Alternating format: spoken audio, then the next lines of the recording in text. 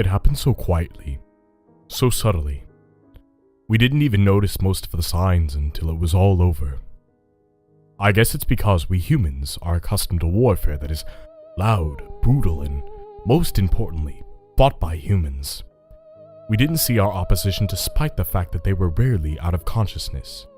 They were always there, posing in windows and staring lifelessly out from display cases. We rarely give them much thought save to remark at how much they unnerved us. I think our comments might have been one of the reasons they revolted. They have far better hearing than one would expect, you see, and I think they got sick of hearing us talk about them in the way that we did. I'd hate being unable to move and having to listen to people comment on how creepy I was, how unsettling I looked. I don't know what kind of force allowed them to do what they did. I don't even know if there was an outside force at work at all. Maybe they were always capable of movement and speed and brutality.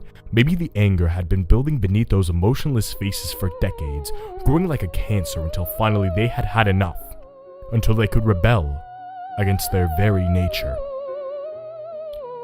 It all started out so innocently. They'd changed positions when we weren't looking. They'd moved their pale plastic limbs ever so slightly, turning their heads and even tugging at their stands.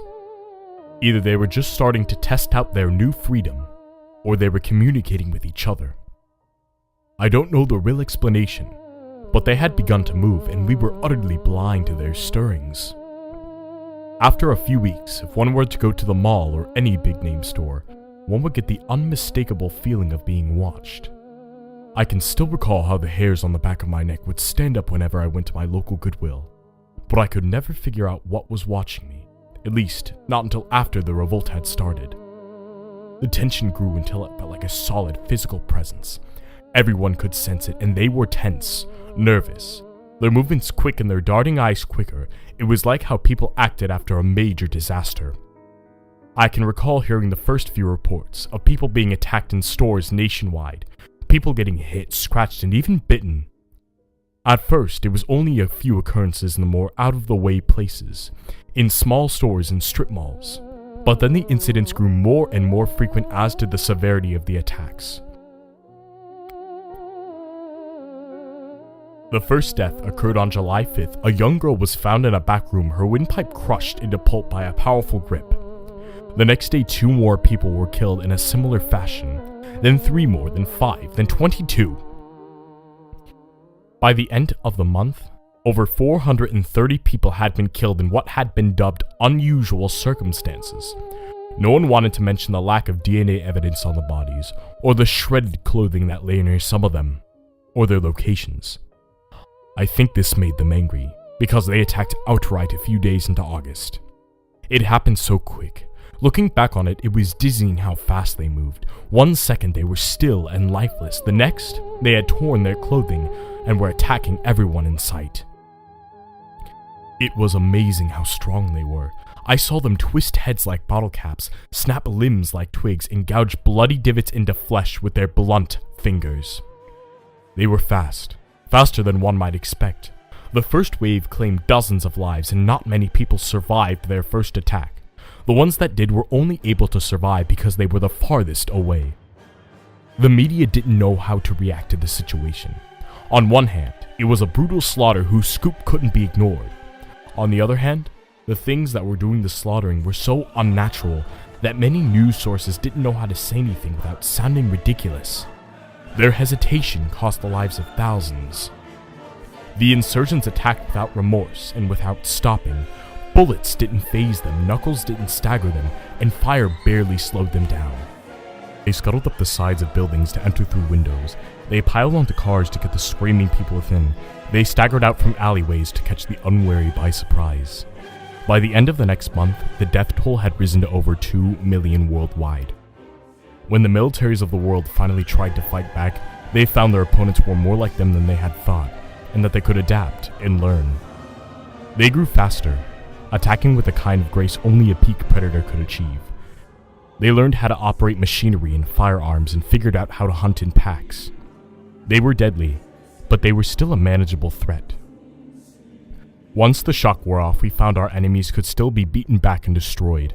Grenades worked wonderfully, as did acid. The ones who were made of plaster broke easily when faced with 2 or more people, and the vital ones could be put down with a continuous usage of napalm. But the insurgents hadn't stopped adapting. In fact, they had gone beyond mere adaptation and crossed the boundary into evolution. First, they learned how to speak like us. They waited and listened instead of blindly attacking, learning how we talked in our slang. They would call out to our troops, imitating a human in need of help. They even learned how to imitate different genders and different ages. This proved to be a massive turning point. We could no longer trust the pleas of what could have been a fellow human. We had to harden our hearts to the sound of a baby's wail, to a mother pleading for us to help save her children, to an old man begging for mercy. We thought that things couldn't get any worse. But our enemies hadn't finished with us yet. Their next evolution rendered them able to make more of their kind. They raided scrapyards, foundries, museums, and graveyards for parts. Not long after, we encountered grotesque new beings made from bone and metal and plastic, with spring heels and bear-trap jaws and neon eyes. We were backed into a corner by the time winter came. Unable to venture into the cities for food, they had claimed the cities as their own, and the air above them was alive with flying apparitions. They even restored power to the cities, though most of us didn't know why they would need warmth or food or entertainment. And so our numbers dwindled as the years passed by. The small conclave of people I lived with grew more and more empty until it was just me and a few others. I could see the dull looks in their eyes, and I knew their minds had fled. I could feel my spirit sinking as darkness poisoned my mind. So I set off for the city, hoping to embrace death with some dignity. At this moment, I am back in my old apartment. The windows were broken out long ago during the first attack, and snow has covered most of my living room. But the insurgents left most of my things alone, including my shotgun. But before I end it all, I need to tell you something I saw, something which has finally put everything into perspective for me. This morning, I was looking out from my window at the snow-covered street below, and I saw several of them pass under me, and the changes they had gone through in the time between my last encounter with them stunned me. They were wearing clothing, thick furs and heavy coats, boots, gloves, and hats. I almost allowed myself to believe that humans had retaken the city. But one of them happened to look up, and I saw the paper-white skin and dull, smooth faces. But even those features had changed. I could see their features had become more defined in some subtle way. Their lips twitched and parted to reveal jagged teeth. Their nostrils flared, and their eyes actually blinked.